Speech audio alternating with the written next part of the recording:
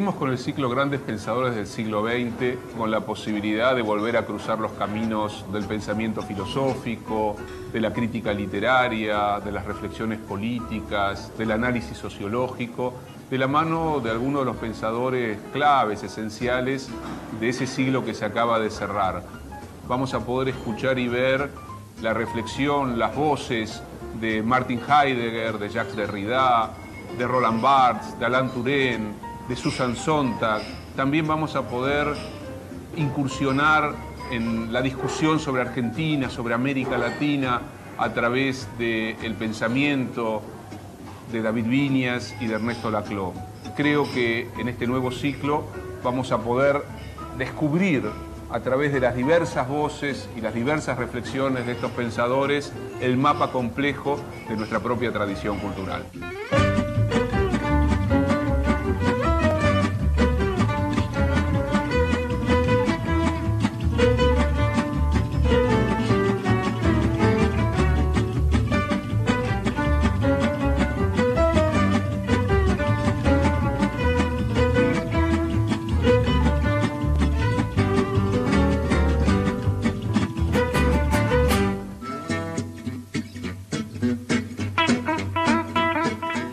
Hola, ¿cómo les va? Nuevamente en el ciclo Grandes Pensadores del siglo XX. Tuve la oportunidad, el privilegio, de entrevistar, o mejor dicho, de tener una larga conversación, porque finalmente fue eso, ustedes van a poder verlo, hace poco tiempo con Ernesto Laclau. Ernesto Laclau es quizás uno de los pensadores más finos, más sutiles y más significativos que han salido de nuestro país. Hace muchos años que Laclau vive en Inglaterra, que enseña en Inglaterra, pero que está profundamente involucrado, no solamente con las vicisitudes políticas argentinas, sino también con América Latina. Su obra, que cruza la ciencia política, la filosofía, la lingüística, el psicoanálisis, la antropología, es una obra que siempre ha tenido como núcleo medular la reflexión sobre lo político, la reflexión en torno a la producción de ideología, la cuestión del poder, de la hegemonía, ¿por qué no también la historia, la crisis de las tradiciones de izquierda, de las tradiciones emancipatorias? Y Ernesto Laclau no ha dejado de indagar sobre la cuestión social, sobre las transformaciones que se operaron en el mapa de nuestras sociedades en los últimos años.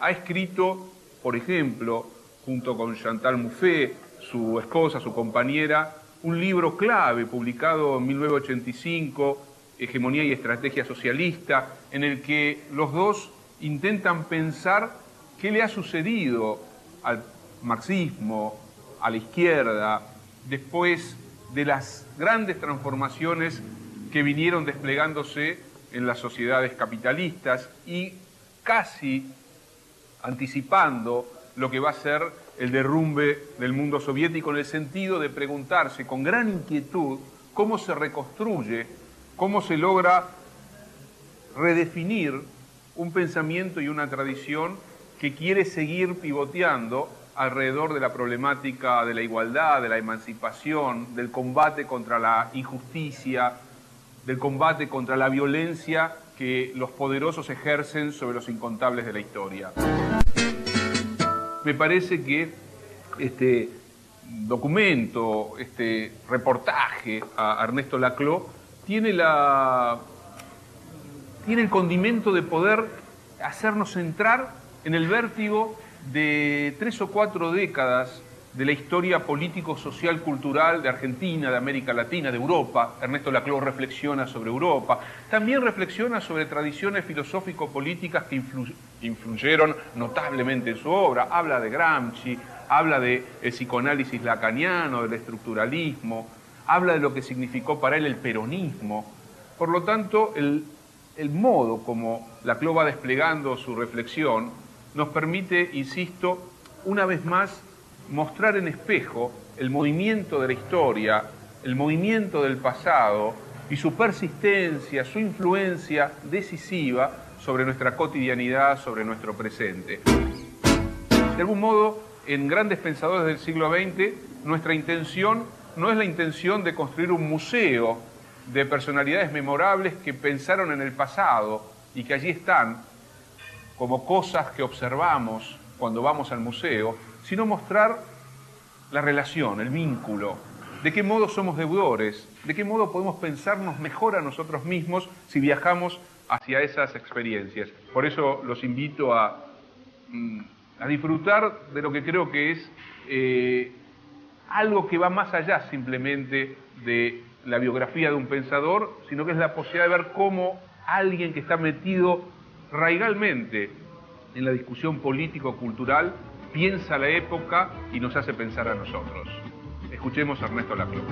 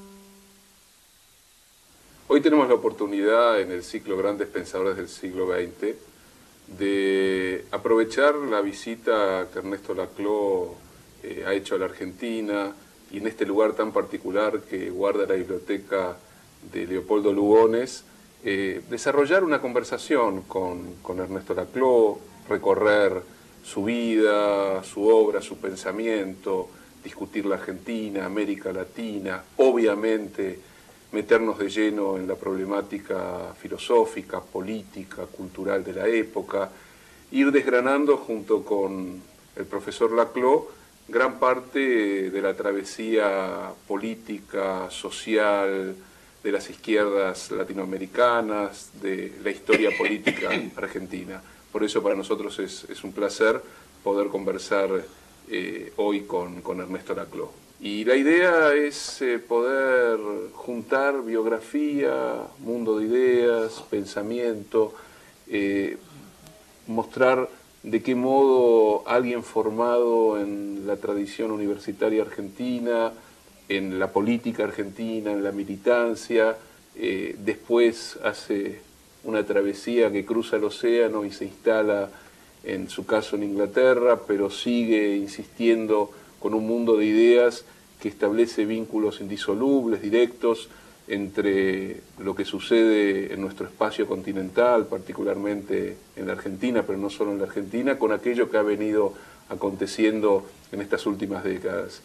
El nombre de Ernesto Laclau en estos últimos años ha cobrado una fuerte significación, sobre todo en torno a algunos debates. Vamos a tratar de abrir esos debates, de discutirlo de cara a la gente para que comprenda qué significan algunos conceptos: hegemonía, populismo, izquierda nacional, en fin, una cantidad de construcciones de mundos de ideas que tienen que ver con no solo una manera de pensar la época, de pensar la sociedad contemporánea, de desarticular ciertos dispositivos ideológicos, sino también de construir conceptos que son formas de acción, modos de comprender y de actuar sobre el mundo, ¿no?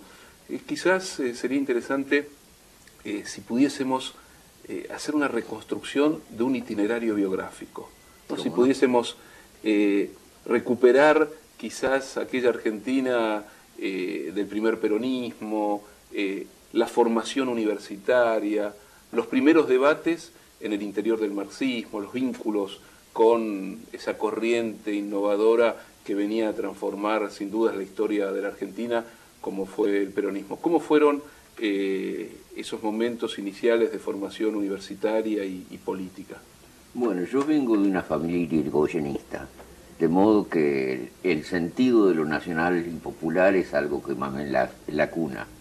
Mi padre estuvo muy ligado al grupo Forja, sin ser un miembro oficial, pero en mi casa venían a visitar muchos de los que militaban en ese área de pensamiento. Era muy amigo de Jauregui, entre otras cosas.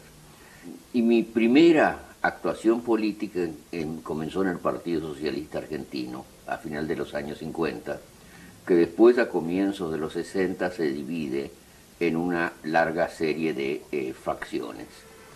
Y yo concluí estando en el Partido Socialista de la Izquierda Nacional, que lideraba Jorge Abelardo Ramos. Durante 5 años yo fui el director del semanario Lucha Obrera, que era el semanario del partido. Y volviendo sobre eso, Sí. ¿por qué Izquierda Nacional? ¿En relación a qué surgió, contra qué, o definiendo de qué nuevos modos la relación entre la izquierda y lo nacional? Bueno, yo creo que la gran divisoria de la izquierda argentina en aquellos años fue la distinción entre lo que se llamaba una izquierda liberal, que algunos peyorativamente llamaban izquierda cipaya, y por otro lado una izquierda nacional. Y la piedra de toque para esta división interna era la posición respecto al peronismo. Aquellos que representaban una evolución de lo que había sido la Unión Democrática en el 45 y aquellos que tenían una visión positiva del fenómeno peronista, cualquiera fuera el matiz de opinión. Y esos fueron años para mí, los años 60, también de mi primera cristalización intelectual, si tú quieres, porque hubo dos influencias ideológicas en los años 60 que fueron muy importantes, y las dos estuvieron ligadas a la percepción del peronismo. La primera fue la de Althusser y la segunda fue la de Gramsci. Nosotros veíamos con claridad en ese momento que un análisis puramente clasista como el del marxismo clásico no era suficiente para entender una realidad mucho más compleja como la Argentina de esos años. En esos años se está produciendo lo que después se llamó la nacionalización de las clases medias. Todo el aparato ideológico que había estado ligado al golpe del 55 empieza a perder vivacidad, y por el contrario los símbolos populares del peronismo empiezan a adquirir una posición cada vez más central. Ahí hay algo que me Sí. gustaría que quizás se pueda explicitar mejor. ¿Los años universitarios los desarrolló durante el gobierno peronista o...? No, antes. No, antes. Sí, yo entré a la facultad en el 54, o sea, alcancé a ver el último O sea, año después, peronista. al último año peronista y después Y a la de- universidad como estudiante o Como estudiante. en el 54. Sí. Ya, y en ese momento es posible recordar cuál era la impresión del peronismo como estudiante proveniente de una clase media, politizada, vinculada al irigoyenismo. Bueno, era claramente antiperonista, de todos modos, especialmente al comienzo. Después empezamos a evolucionar rápidamente cuando vimos el resultado de la política antinacional agresiva que estaba desarrollando el régimen militar. Ya. Hubo un momento en el cual se pensó que Frondizi podía ser una alternativa, y finalmente se empezó a dar la penetración de las ideas fuerzas del peronismo en su versión de izquierda, ¿no? Que la que representaba en un sentido a Hernández Arregui, en un sentido completamente distinto a Abelardo Ramos. Había una reelaboración intelectual desde la izquierda. Ahora, volviendo en este punto sobre Althusser, había un ensayo famoso de Althusser que leí en esos años que se llamaba Contradicción y Sobredeterminación. Y ahí esa noción de que la contradicción de clase nunca era pura, sino que estaba sobredeterminada por una variedad de otros antagonismos, de modo que los sujetos políticos eran sujetos populares más complejos, tuvo una real fascinación para mí, pero para otra serie de personas con las que colaborábamos políticamente en ese momento. ¿Cómo se conjuga en un joven de los años 60 ese Althusser más vinculado al debate filosófico, pero también integralmente político? El propio Althusser provenía del Partido Comunista francés, con la influencia gramsciana. ¿Cómo se cocinaba todo eso? De las dos influencias, la gramsciana fue definitivamente la más importante, la que me dio el arsenal teórico inicial. Y además yo estuve muy en desacuerdo con la interpretación que Althusser había hecho de Gramsci, porque él tomaba la noción de historicismo absoluto como si fuera un pensamiento teleológico al estilo de Lukács, mientras que en realidad el historicismo absoluto de Gramsci era exactamente lo contrario, era la idea de una contingencia radical. Yo creo que a lo que más se acercaba era a la noción de contradicción sobredeterminada de Althusser. A ver, si entiendo bien esto, es la lectura de Gramsci no se hacía en clave de un historicismo, es decir, de una filosofía de la historia que tenía un sentido claramente establecido, sino que se planteaba en relación a la inmanencia, el acontecimiento, y de ese modo había una crítica a la posición de Althusser, que criticaba a Gramsci por ser heredero de una tradición de un marxismo teleológico, finalista, etcétera, etcétera. Hay que decir que Althusser tenía sus buenos motivos para sospechar, porque la lectura de Gramsci, que hace el primer marxismo italiano de la posguerra, era una lectura definitivamente teleológica y hegeliana. Toda la política del Partido Comunista iba en el sentido de establecer una directa continuidad con el historicismo crociano y de alguna manera la imagen la primera imagen de Gramsci está teñida por esa tradición. Ahora, si uno va analizando las categorías gramscianas, guerra de posición, estado integral, bloque histórico, hegemonía por sobre todo, uno ve que se trata de algo completamente diferente. ¿Cómo se hizo la traducción de esa lectura de Gramsci a las condiciones políticas argentinas de los años finales de los 50, 60? Bueno, yo hice una lectura, que es la que yo hacía desde la perspectiva de la izquierda nacional, pero hubo otra lectura de Gramsci, que es, por ejemplo, la que se liga al grupo pasado y presente, centrado en Córdoba, pero con... Sí, con Pancho Aricó, Portantiero. Sí. Y esa era ya una visión que tenía poco que ver con la tradición populista argentina, y era más bien una tradición filológica de estudio de las categorías gramscianas en su inserción italiana. Claro, pero ahí hay una diferencia. Bueno, en el caso del grupo pasado y presente, sí venían del Partido Comunista Argentino, claro, serán expulsados justamente por su heterodoxa interpretación del granchismo. Sí. Pero en el caso de usted no hay una línea que venga del Partido Comunista, sino del Partido Socialista. O sea que hay una relación con Gramsci por fuera de la tradición del comunismo argentino o del propio comunismo italiano también. Y ahí, por ejemplo, el fidelismo en toda su primera etapa era también la idea de un marxismo latinoamericano con inserciones nacionales populares, o sea que las traducciones no eran demasiado difíciles, ¿no? Y esta idea del concepto de hegemonía, ¿cómo se articulaba con la visión de la Argentina de aquellos días e incluso de nuestra propia contemporaneidad, ¿no? Ahí hay que también hacer una serie de diferenciaciones. Por empezar, la noción de hegemonía, tal como la utilizaban los maoístas y el Partido Comunista Chino, era una categoría peyorativa, porque se suponía que la hegemonía era la dominación pura y simple. De otro lado, había la versión, como te decía antes, teleológico-hegeliana, por la cual la hegemonía venía a ser la culminación de toda la tradición del historicismo italiano, que empezaba con Spaventa, con Croce, con Gentile hasta cierto punto, en que él después hizo fascista, pero era completamente distinta de la nuestra, en la cual se dio desde el comienzo un intento por vincular la categoría política de hegemonía a ciertas categorías del psicoanálisis lacaniano y a ciertas orientaciones ligadas a la deconstrucción.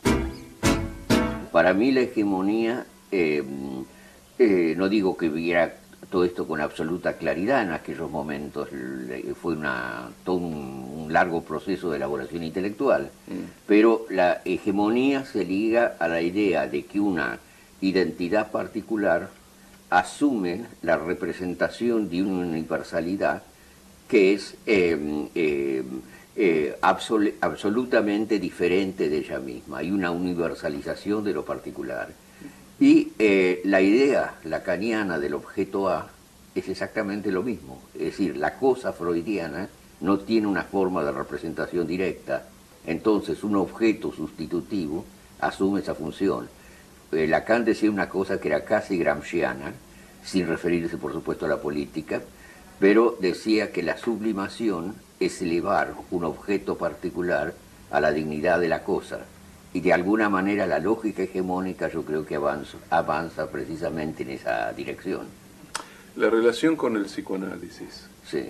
Uno inmediatamente puede establecer el vínculo casi cultural entre alguien que se forma en la Argentina, en aquellos años 60 ya está desarrollando una interpretación fuerte y aguda sobre el marxismo, y que está necesariamente vinculado con las tertulias psicoanalíticas de aquellos años 60 en la Argentina. Pero en ese momento el lacanismo todavía no había preso. Claro, claro. Eso va a ser un es posterior, pero ya en aquellos primeros años 60 hay una lectura de su parte de esos primeros textos lacanianos, ¿o eso viene después? No, eso viene después, pero vino en forma más o menos progresiva. Había ya simientes de ese tipo de lectura psicoanalítica en los 60. Claro, porque dentro de ese encuentro que se va a ir desplegando con mayor intensidad entre la tradición gramsciano-marxista, cierta interpretación freudiana cada vez más en clave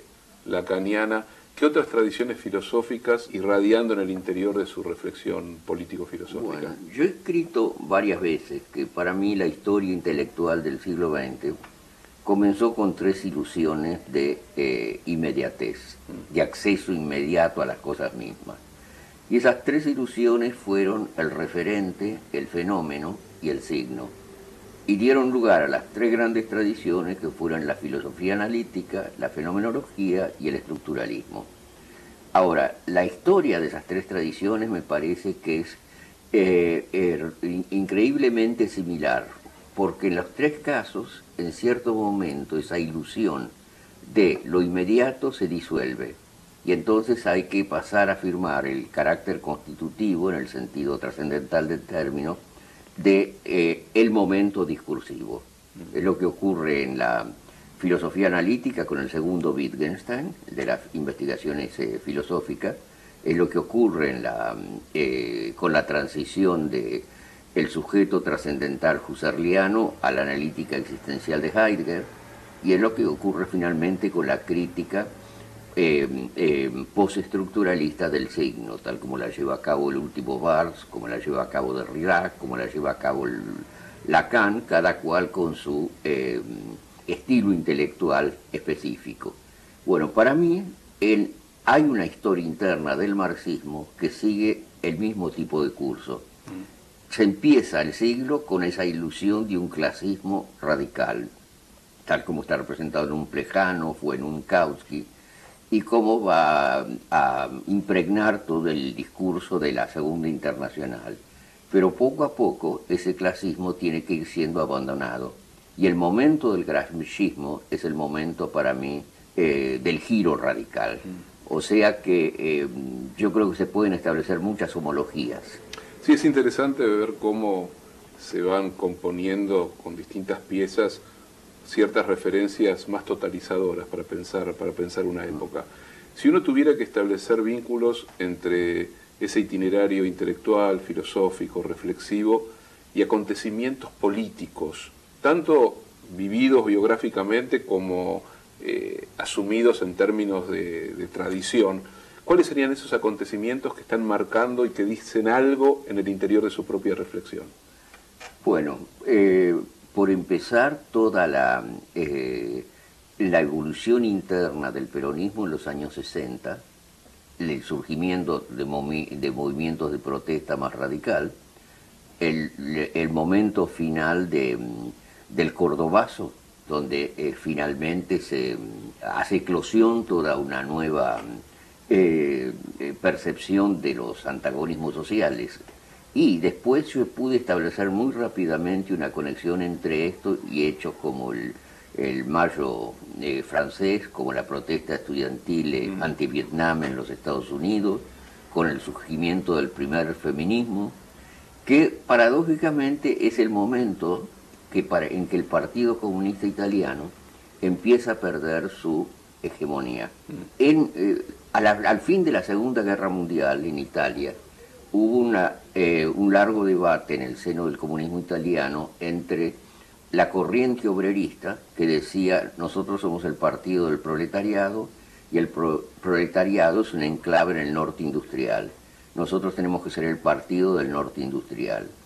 Y la otra corriente, que es la que finalmente se impuso porque la apoyaba Palmiro Togliatti, el secretario general del partido, que era más gramsciana en estilo, y que decía, no, nosotros vamos a crear la hegemonía del partido también en el Mezzogiorno. ¿Y cómo si la clase obrera es tan débil? Bueno, vamos a transformar a los locales del sindicato y el partido en puntos de reagrupamiento de una serie de luchas dispersas. Lucha por el problema del agua, lucha contra la mafia, la organización de cooperativas escolares, que fue muy importante en esos años, y todos estos movimientos, que eran movimientos aislados, por el hecho de que estaban inscriptos dentro del Partido Comunista, eso les daba un potencial mucho mayor. A la vez que, hay que decirlo, también les hacía perder cierta autonomía. Pero de todos modos, en las 2 décadas posteriores a la Segunda Guerra Mundial, el Partido Comunista Italiano es una inmensa fuerza de democratización de la sociedad italiana, porque aporta toda una serie de sectores que estaban excluidos, los incorpora a la esfera pública y empieza a perder esa capacidad hegemónica hacia fines de los años 60, cuando empiezan las huelgas salvajes de fábricas que pasaban por sobre el aparato sindical, que era la columna vertebral del poder comunista, cuando empieza el feminismo como movimiento de masas que empezaba a plantear demandas que eran difícilmente absorbibles por el Partido Comunista, y finalmente todo el movimiento estudiantil que se genera en esos años. Y tomando, ya que está por un lado la imagen, en este caso el Partido Comunista Italiano, la experiencia europea, esos movimientos que terminan de generar un tipo de dispositivo hegemónico, ¿qué comparación podríamos hacer y cómo fue el impacto en su experiencia personal de ese cruce del Atlántico que implicaba una mutación en la percepción de los movimientos populares latinoamericanos de raíz populista, como podía haber sido el cardenismo, el varguismo, el primer peronismo, con el modo desde el cual en Europa se pensaba esa historia populista, tanto en Europa como en relación a América Latina? Cómo acomodarse a lenguajes distintos, a percepciones distintas, a momentos políticos históricos diferentes. Es intercambiable la historia del populismo en América Latina a el acontecimiento populista en Europa, como en un pensador que después se va a meter muy de lleno en la reflexión sobre el populismo, aparece este vínculo equívoco, complejo, o esta misma palabra que designa cuestiones distintas, el vacío a veces que se puede expresar en un concepto que es llenado con contenidos históricos concretos muy diferentes, ¿no? ¿Cómo fue esa percepción? Bueno, para mí no se trató de un corte radical. En ningún momento yo tuve el sentimiento de que al entrar en el contexto europeo entraba en un mundo completamente distinto. ¿En qué año llega a Europa usted? 69. Bueno, el año siguiente al mayo del 68. Al año siguiente, mayo del 68, y todo ese mundo estaba todavía bastante activo en esos años. Claro. Y el mismo año del Cordobazo. Claro. Sí, ahora... ¿La intención era ir por un tiempito y volver, o ya estaba la fantasía? La intención era, en ese momento, hacer mi doctorado allá en Europa por 3 años y después volver. Y después se fueron complicando las cosas. En el año 72, cuando yo terminé el periodo en Oxford, me hicieron un ofrecimiento para que fuera profesor en Chile, y yo lo acepté. El año 72. 72. Con Salvador Allende. Pero después me escribieron diciendo que tenían que postergar un año el nombramiento por problemas internos en la universidad. Y bueno, en el 73 vino el golpe. Claro. Y después, cuando vino la apertura del 73 en Argentina, yo empecé a recibir cartas diciéndome que la patria lo necesita, ese tipo de lenguaje exaltado del seventismo. ¿Usted mantenía relaciones políticas fluidas, algún tipo de pertenencia partidaria? No, ninguna pertenencia partidaria. O sea, yo había roto, por razones que te puedo contar después si querés, con Ramos en el 68. ¿Cómo no? Pero mantenía relaciones con mucha gente. Yo era muy amigo de Ortega Peña y era íntimo amigo de Ricardo Carpani, y había mucha gente con la que yo seguía manteniendo una comunicación muy fluida. Y bueno, como para mí el problema era romper con el estricto clasismo del marxismo clásico, entonces tanto el movimiento del Mayo del 68 en Europa, como los movimientos como el cordobazo, como todas las nuevas formas de protesta que estaban apareciendo tanto en América Latina como en Estados Unidos, entre todo eso se daba para mí un cierto parentesco. Podía ser una traducción en realidad bastante fácil, y mucho más que como la mediación se daba vía mis lecturas del comunismo italiano, donde lo nacional popular era tan fuerte, entonces las cosas se ensamblaban bastante bien. Ya, justamente hay dos palabras poderosas en el imaginario político, al menos argentino, lo nacional y popular. Esos dos conceptos yo entiendo que vía la interpretación gramsciana son asimilables a la experiencia europea, pero son términos que resuenan en la tradición política europea de una manera diferente a cómo han ido resonando en la tradición política argentina. Quiero decir, mientras que lo nacional y popular puede entrar perfectamente en una tradición emancipatoria de izquierda, el caso de la izquierda nacional, pero no solo de la izquierda nacional, pareciera ser que en Europa, salvando la experiencia del Partido Comunista Italiano y de las reflexiones de Gramsci, lo nacional y popular estuvo más vinculado a las experiencias de las derechas populistas europeas o de lo que podríamos llamar la idea de folk en la tradición alemana o otros movimientos en Portugal o en España o en distintas zonas europeas. Se produce un giro interpretativo, es fácil transmitir a el mundo intelectual, académico europeo, que a veces las palabras se cruzan, pero a veces expresan una disidencia muy fuerte y que no es lo mismo decir una cosa en el contexto latinoamericano que decirlo en el contexto europeo. ¿Cómo fue eso? Indudablemente es así. Puede haber un populismo de derecha y un populismo de izquierda. Yo siempre he insistido que el populismo no es en sí mismo ni bueno ni malo y no tiene un contenido ideológico preciso. Para mí el fascismo italiano fue una forma de populismo, pero el maoísmo también lo fue. O sea que sí, hay toda una vertiente de derecha del populismo y a veces el pasaje de una u otra es bastante notable. En muchos casos en Alemania y en Italia, antiguos comunistas pasaron a ser militantes fascistas. Y hoy día el electorado de Le Pen en Francia en buena parte se constituye a través de antiguos votantes del Partido Comunista, simplemente porque ellos quieren hacer un voto antisistema y a veces la tendencia antisistema es más fuerte que las características ideológicas de la ruptura. Pero en el caso inglés, por ejemplo, había toda una versión de lo nacional y popular que tenía un carácter de izquierda. Había un escritor como Raymond Williams que se movía claramente en esa dirección. Estaba mi amigo Stuart Hall, que tenía el Centro de Estudios Culturales en Birmingham y que dio una versión muy positiva y de izquierda de lo nacional popular, y colaboramos estrechamente durante mucho tiempo. O sea que yo no me sentía aislado en este tipo de búsqueda.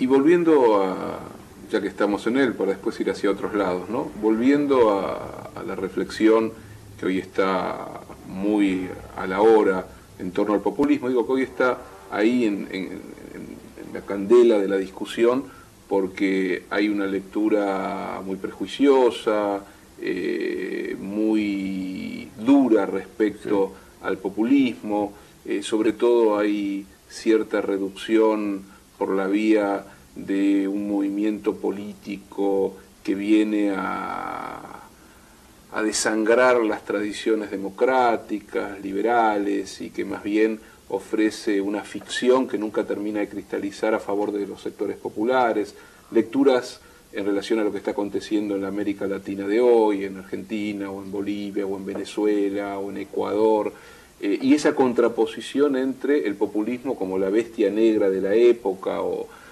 el lugar maldito, y la tradición de la legalidad republicana, las formas democrático-liberales, la calidad institucional.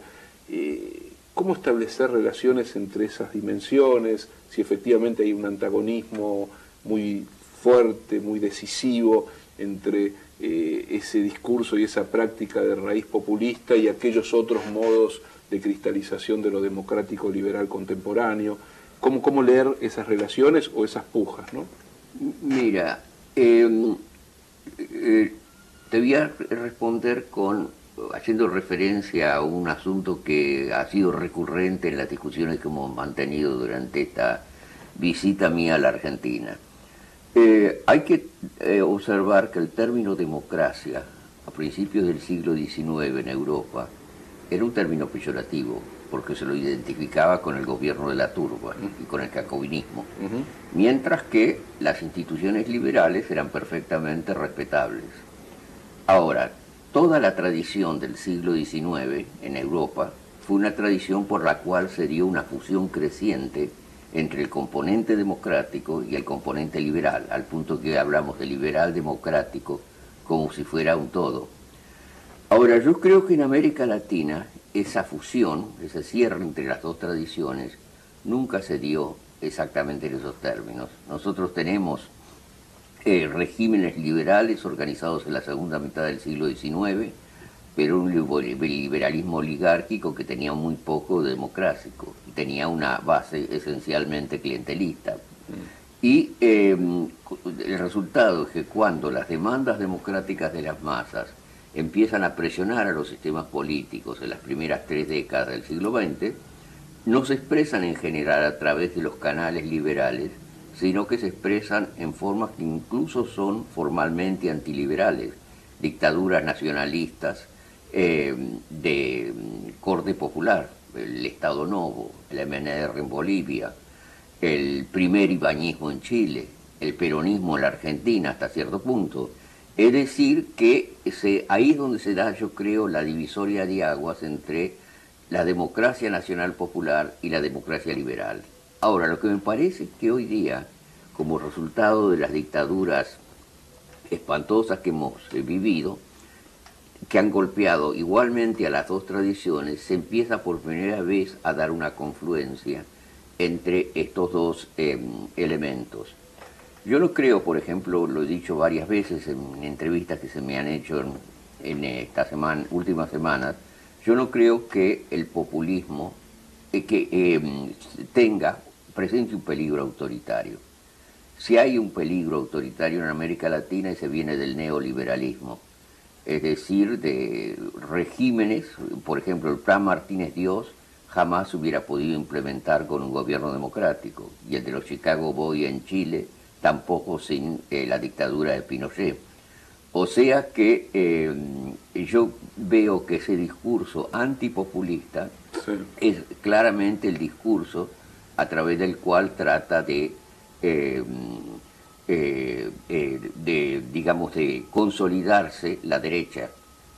Sí, acá en Argentina en algún momento se vinculó lo que era claramente una ideología y una implementación neoliberal, como fue la que desplegó básicamente el modelo menemista, la convertibilidad a caballo, con un neoliberalismo que al mismo tiempo traía matriz populista, entendiendo que el menemismo provenía del peronismo y que lograba transformar económicamente la sociedad en un sentido neoliberal, pero hacía posible esa transformación en parte por el bagaje nacional popular peronista del que era portador supuestamente Menem, ¿no? Que ahí se conjugan las dos tradiciones. ¿Es así para usted? ¿No es así?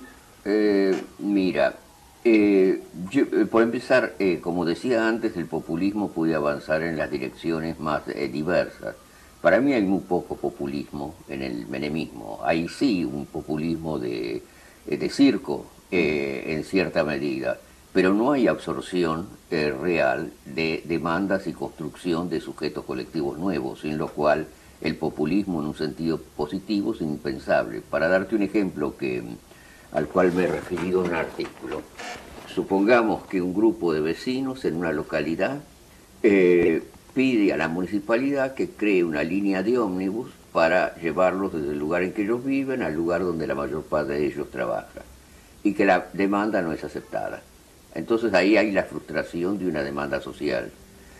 Pero si al mismo tiempo ellos ven que hay otras demandas alrededor de ellos que tampoco son satisfechas, referidas a la vivienda, a la salud, a la escolaridad, a la seguridad, etc., entonces entre todas esas demandas se empieza a crear lo que yo he denominado una cadena de equivalencia. Todas ellas empiezan a expresar un todo en común frente al poder. Y ahí hay una situación prepopulista. Y para que pase a ser populista, en el sentido estricto del término, lo que se necesita es que todas esas demandas cristalicen alrededor de ciertos símbolos que las unifiquen y las interpelen como totalidad. Y en el 90% de los casos esos símbolos están ligados al nombre de un líder. Lo que pasa en Venezuela, lo que pasa en Ecuador, lo que pasa en Bolivia, y lo que hasta cierto punto podría pasar, todavía no están definidas las cosas, en Argentina. Pero ese es el populismo en el cual yo creo. Ese populismo, Sí. Si uno tuviese que ir circunscribiéndolo y afinando la puntería reflexiva, Sí. ¿en qué se diferencia de lo que podríamos llamar una demagogia de masas? ¿Qué sería una demagogia de masas? Un tipo de práctica política en la que se utiliza el discurso demagógico para producir un efecto de pan y circo, mientras el orden económico sigue los derroteros de la concentración de la riqueza, de la apropiación en menos manos, de lo que podríamos llamar una vertiente liberal capitalista o neoliberal. Bueno, yo creo que la diferencia principal está dada por el hecho de que en ese tipo de fenómenos al que vos aludís se da una absorción individual de demandas. No se forman cadenas equivalenciales y identidades populares más amplias. Si tú tienes un sistema de punteros que a través de favores consiguen pasivamente el voto, eso no constituye ninguna identidad popular más amplia, pero ese es el tipo de forma clientelística que, por ejemplo, el menemismo practicaba, y hay formas que son todavía más ostensibles cuando van en esa dirección.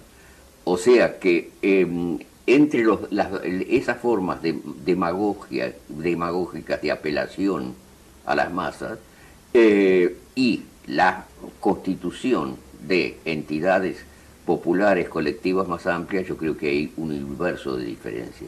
Ya. Y en la experiencia actual de América Latina, tratando de construir comparaciones, Sí. lo que está aconteciendo en la Europa actual, Sí. En el 2008 hubo una crisis fenomenal del núcleo especulativo financiero del capitalismo neoliberal, está redefiniéndose el modelo a seguir por esas sociedades, pero uno tiende a ver que en Europa o las clases medias y amplios sectores de la población van girando hacia una posición conservadora o de derecha, o visualizan con una lógica del miedo la pérdida de sus privilegios. Y en América Latina, sobre todo en Sudamérica, pareciera ser que anticipándose a esa crisis del 2008, algunos de los países nucleares de nuestra región giraron hacia posiciones que son precisamente antagónicas a las del modelo neoliberal de acumulación. ¿Cómo leer esa dinámica?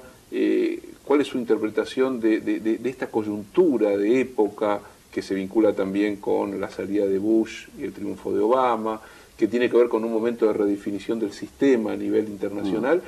¿Y qué se abre en la experiencia latinoamericana y de qué modo esas formas nacional-populares o populistas, o pongámosle el nombre que podamos, van dándole forma a algo que implica una nueva alternativa o no? Hablemos 2 minutos de Europa en primer lugar.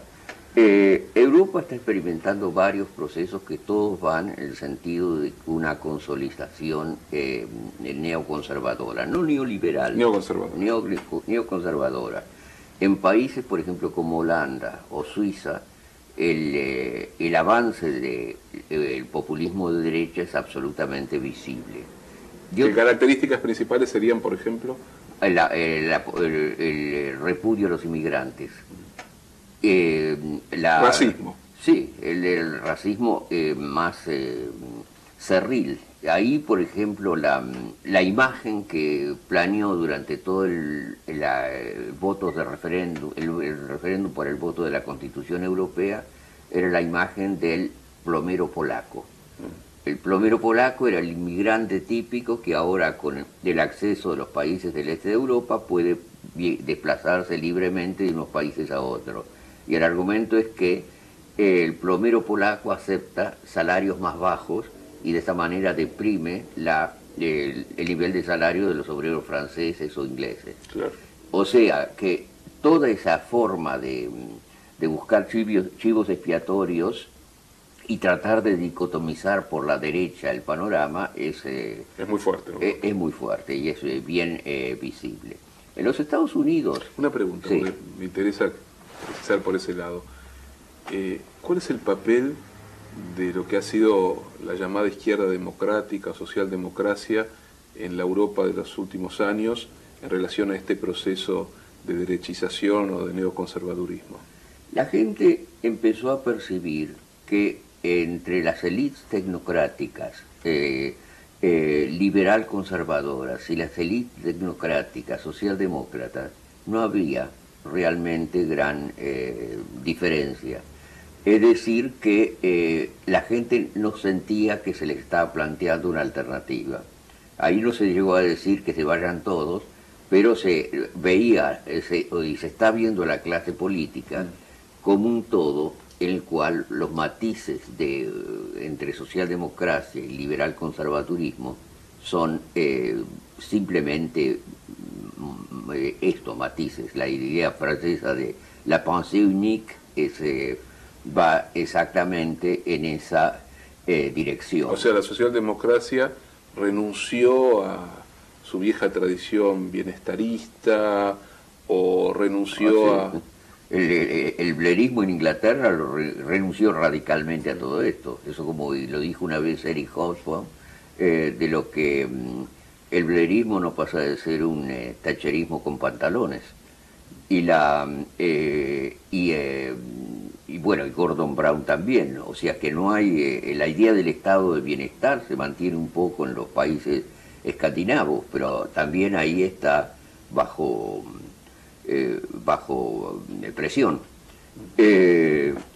Y la cuestión es, por ejemplo, si uno pensaba el mundo de lo que llamaba en Francia le peuple de gauche, en las 2 o 3 décadas posteriores a la guerra.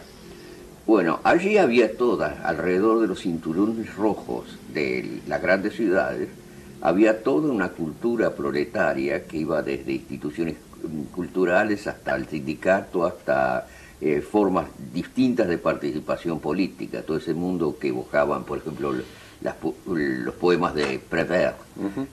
Ahora, ese mundo con la terciarización se ha disuelto. Entonces, prácticamente lo que se dan son 2 versiones tecnocráticas que no inspiran en nada realmente a la gente. De otro lado, hay que decir que Todo el mundo pensó que después de la derrota del referéndum en Francia, hace algunos años, ahí se iba a producir alrededor del no.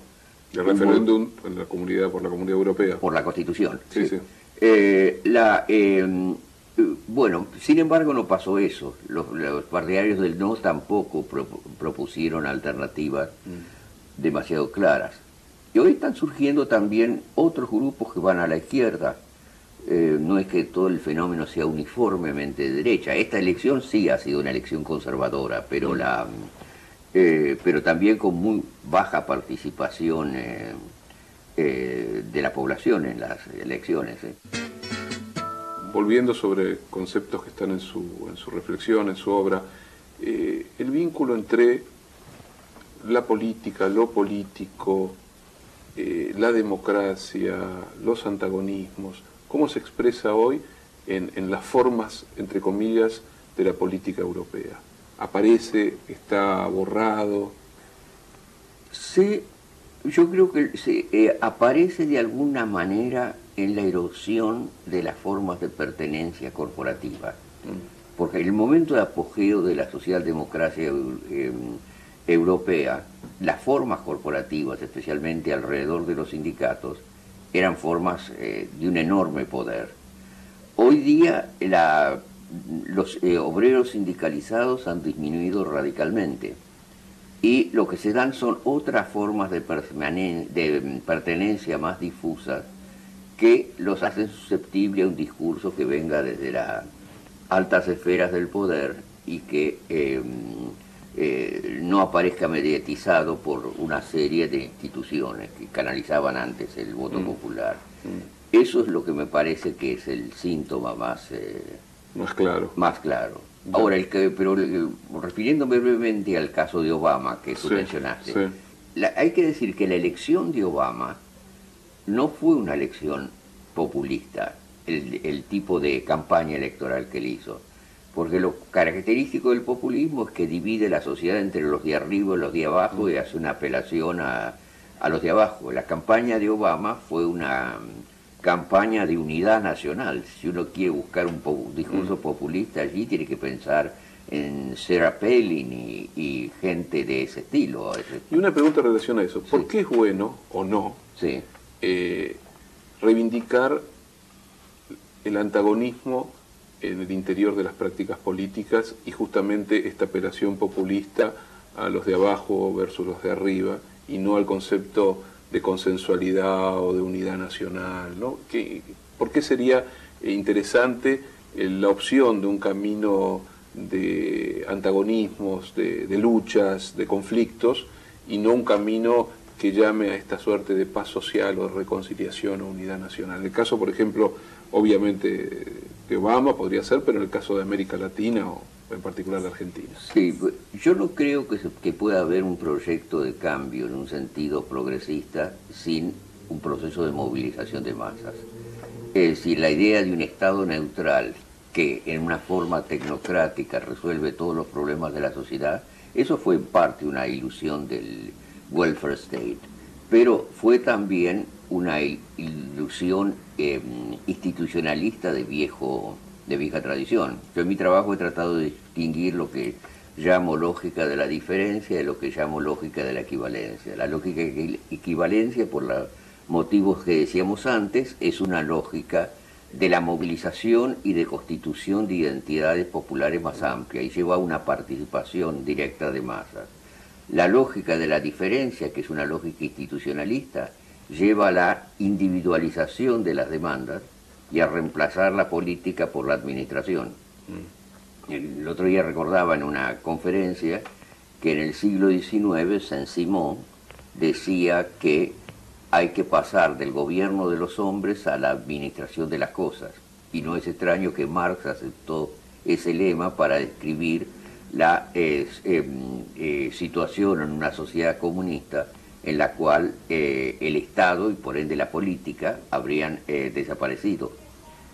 Y es el lema de todas las formas del positivismo liberal. Ahora, yo no creo que pueda haber un régimen que sea ni puramente institucionalista, ni que sea un régimen totalmente populista. En un caso habría la desaparición de lo político, en el otro caso habría un caos continuo sin ninguna fijeza institucional. Me acuerdo, por ejemplo, que Abelardo Ramos siempre decía, la sociedad no se polariza entre el manicomio y el cementerio, siempre tiene que estar en un punto intermedio. O sea que yo creo que ¿Y nosotros dónde estamos ahora? Y nosotros estamos en un punto intermedio. Si uno piensa toda la movilización que se produce a partir del 2001, con la recuperación de fábricas, con el movimiento piquetero y demás, ahí se da un proceso de movilización que el kirchnerismo, por lo menos en la primera etapa, supo politizar. Es decir, se incorporaron sectores a la esfera pública que antes no estaban participando. Si ese proceso va a profundizar o no, ya ahí no tengo la bola de cristal. Y hay algunos síntomas hoy día que no son del todo, que no llevan demasiado al optimismo. Pero el proceso está todavía sin ser definido. Y entonces allí es donde creo que, por ejemplo, el régimen de Correa en Ecuador ha logrado bastante bien un equilibrio entre estos dos elementos, pero sin modificación de la Constitución y sin incorporación de estas nuevas masas, el proceso de cambio hubiera sido completamente imposible. El mismo peronismo osciló. Al principio del peronismo era la figura que dominaba era la figura del descamisado, que es el de abajo contra el poder, que estaba incluso, ¿te acuerdas? El monumento al descamisado en Buenos Aires. Hacia el fin del proceso de los gobiernos peronistas, el descamisado desaparece del discurso oficial y lo que se empieza a hablar es de la comunidad organizada. En estos populismos, vamos a ponerlo entre comillas, que se van desplegando en América Latina, sí, con sus especificidades, sus diferencias, ¿hay un lugar para las clases medias? Sí, yo creo que sí. Es absolutamente vital. Vital sí, sí, pero pareciera ser que en algunos países, digo, una cosa es la Argentina, con una vasta clase media, otra obviamente es Bolivia o Ecuador, con clases medias más pequeñas, pero en Argentina pareciera ser que vastos sectores de las clases medias hoy están siendo más capturadas por un discurso liberal conservador o liberal democrático o fuertemente signado por un cierto clasismo, incluso por un cierto racismo, que por lo que llamaríamos la atracción del populismo. El papel de los medios de comunicación o de las corporaciones mediáticas es muy significativo. Sí. ¿Cómo lee esto? Yo creo que las clases medias han sido siempre tradicionalmente un terreno de batalla. Es decir, no hay una orientación de clase media que sea que vaya puramente en una dirección. En los años 60 en la Argentina, las clases medias oscilaron hacia el campo nacional popular y el triunfo masivo del 73 tuvo una participación muy alta de clase media. Sin el apoyo de clases medias en Ecuador, esa victoria imponente, porque fue una victoria arrasadora, la de Correa, no hubiera podido tener lugar. Y en el caso de Bolivia, ahí hay una clase media dividida, dividida regionalmente, como sabes. Y en el caso de Venezuela también hay una clase media dividida, pero el chavismo sería impensable sin una fuerte participación de sectores de clase media. Lo que se ha pasado en Argentina en los 2 últimos años es que ha habido una ofensiva contrahegemónica por parte de la derecha liberal, en un arco que va desde Joaquín Morales Solá a Beatriz Arlo. Es decir, es todo un mundo el cual la derecha va reconstituyendo un discurso esencialmente antipopular. Ahora, este tipo de ofensiva yo no creo que sea ni definitivo ni que haya que desesperar. Yo creo que sería un error decir las clases medias, por su situación de clase, son sectores que vayan a ser siempre refractarios. Históricamente muchas veces no lo han sido. Pero es cierto que la iniciativa política alrededor de la movilización del campo ha sido una iniciativa política que ha pasado hacia la derecha.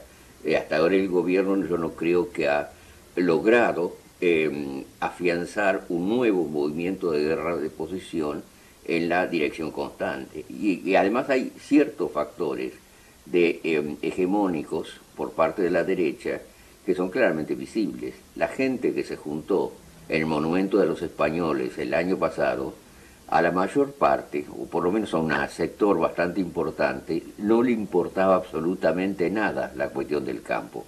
No tenían intereses rurales, pero fue simplemente una forma de poder lanzar un ataque contra las políticas del gobierno Kirchner. Bueno, ahí me gustaría ir sobre ese punto. Estamos frente a fenómenos, por un lado, sí, de matriz política, pero también estamos frente a transformaciones culturales significativas. Sí. La pregunta está ligada también a algo que dejamos un poco en el tintero y que tiene que ver con una problemática que atraviesa su obra, que sin dudas me parece, y a eso va la pregunta, está ligada con una cierta interpretación de corrientes filosóficas, como por ejemplo, en este caso la de Heidegger, o incluso aquellas otras corrientes filosóficas que han pensado los fenómenos de neutralización en la sociedad contemporánea. ¿De qué manera podemos establecer o no relación entre una suerte de extenuación de lo político, de neutralización de lo político, de dominio de la técnica, de formas nuevas de construcción de sujetos o de subjetividades culturales, y estos procesos que llevan a que, por ejemplo, en el Monumento a los Españoles hubiese una enorme cantidad de personas que, sin tener ningún interés concreto en la producción de las hojas, sin embargo se sintieron tocados, comprendidos, más que por un discurso político, por una especie de gran empatía social cultural. ¿Cómo leer esto, si es posible trasladar la reflexión al plano de lo que le está aconteciendo en la realidad cotidiana a la percepción de la política por parte de las personas comunes y corrientes? Sí, bueno, la primera cuestión es que la victoria hegemónica la logra la derecha en ese momento porque primero constituye al sector rural como un sector unificado.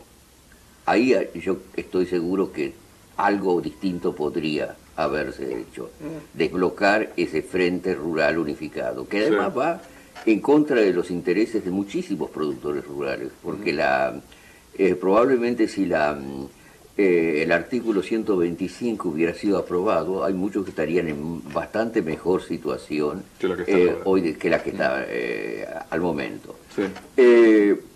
Esa es una primera cosa. Yo creo que el sector rural es demasiado importante en el país como para que dejar que se consolide en un bloque único. ¿Cómo lograr esa disociación?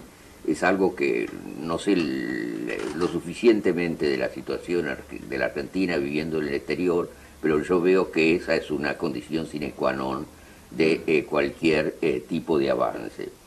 Si el frente rural puede llegar a dividirse, entonces va a haber también, me parece, una desagregación de sectores de clase media que no pertenecen al sector rural.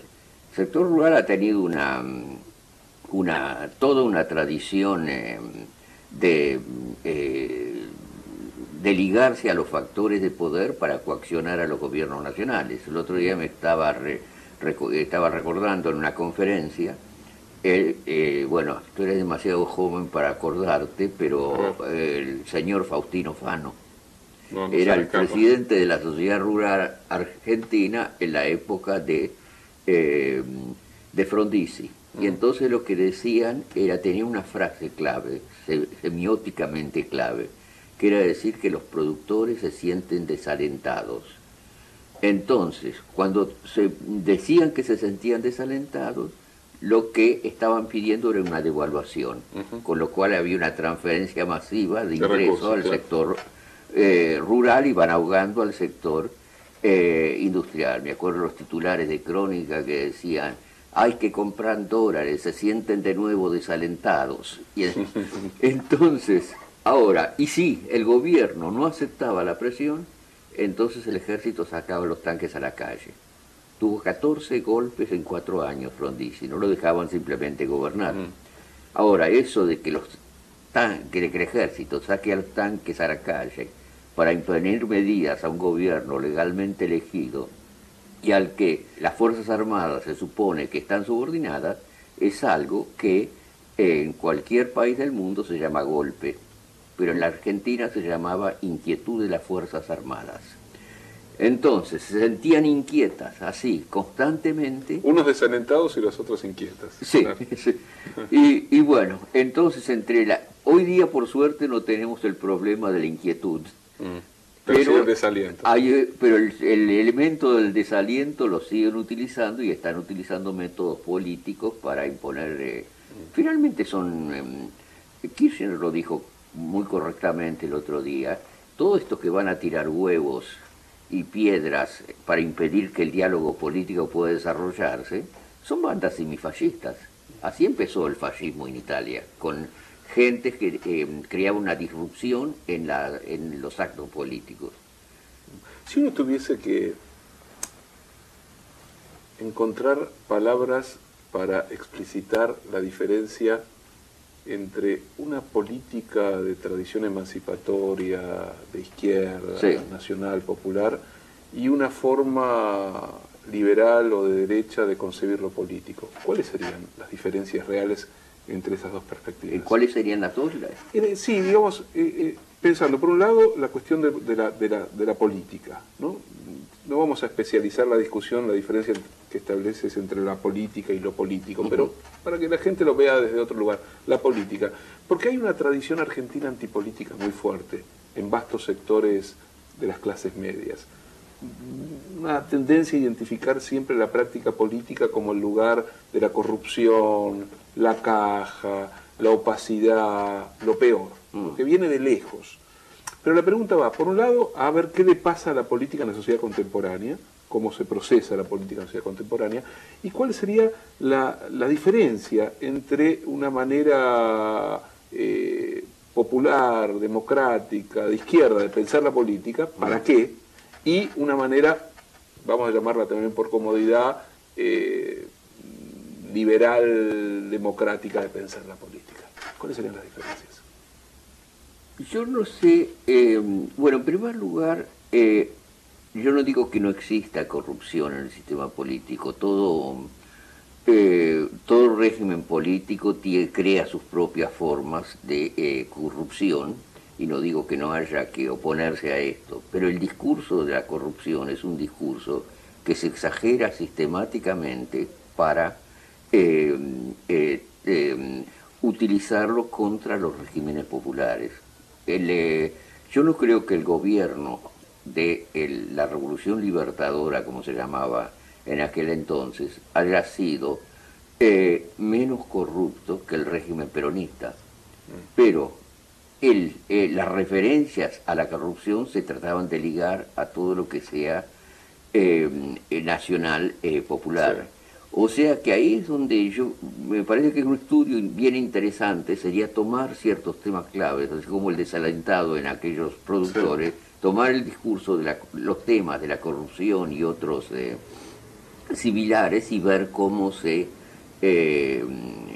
van creando un espejismo por el cual las opciones políticas como tales empiezan a desdibujarse. Digamos, como para ir cerrando, porque este diálogo se ha extendido, quizás me gustaría focalizar respecto a qué es una tradición popular y por qué hay allí algo que valga la pena y en qué se opone a estas otras alternativas, ¿no? Bien, yo te diría lo siguiente: yo creo que sin constituir al pueblo como actor colectivo no hay posibilidad de cambio en ningún sentido progresista del término. Ahora, esa constitución del pueblo como actor colectivo requiere la agregación de demandas individuales que confluyen en ciertas imágenes comunes y en una cierta dicotomización del espacio político. El mismo Obama ahora está, que como decía, no hizo una campaña especialmente populista, sin embargo ahora tiene que entrar de alguna manera en formas de movilización semipopulista para conseguir afianzar las bases del proceso de cambio. Si no, el Congreso le va a bloquear sistemáticamente todo lo que él quiere hacer, y no solo los republicanos, los demócratas también. Ahora, aquí en la Argentina yo creo que estaban dadas las simientes para la creación de esta movilización popular más amplia entre el 2001 y el 2003. Y después, por supuesto, el 2003 también. Lo que me preocupa un poco al momento es que el proceso avance demasiado en la dirección de la partidocracia y que ese momento espontáneo de la movilización popular empiece a diluirse un poco. Yo no pienso que Kirchner tuviera que hacer algo tan ingenuo como crear un partido puramente ideológico. Desde luego que las estructuras del PJ van a estar presentes, pero lo que es importante es que no sea lo único que se hace, porque son gente poco confiable. Fueron menemistas primero, fueron dualdistas después, ahora muchos de ellos son kirchneristas por simple oportunismo, y son finalmente cualquier cosistas. La política tiene que pasar necesariamente por estructuras de poder de ese estilo, pero lo que es importante que no sea lo único que se haga. Bueno, hemos recorrido algunos temas y fue de verdad un placer la conversación. Muchísimas gracias. Muchas gracias a ustedes.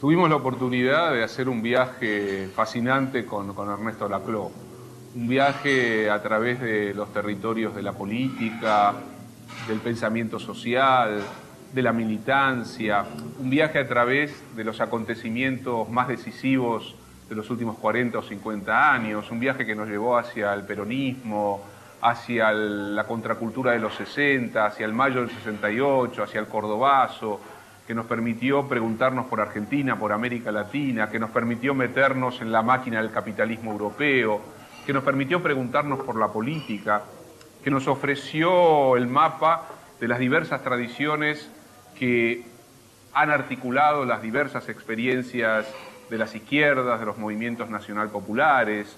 Pudimos, con Ernesto Laclau, tratar de meternos en lo que significa el debate en torno al populismo. En fin, me parece que hemos logrado descubrir cómo trabaja un pensador, pero que al mismo tiempo que piensa la época, también está comprometido con lo que está sucediendo alrededor suyo, que participa no solo de debates académico-intelectuales, sino que genera una obra y un discurso que tiene una influencia notable sobre nuestras propias experiencias político-intelectuales.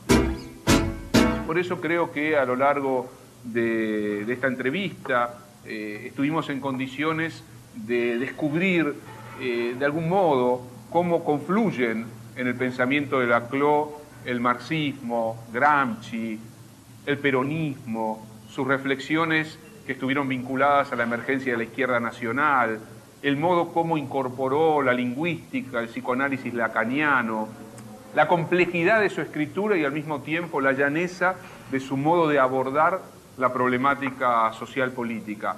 Pero Ernesto Laclau, y esto lo ha mostrado a lo largo de esta entrevista, es un hombre también comprometido en una lucha a favor de una sociedad más justa.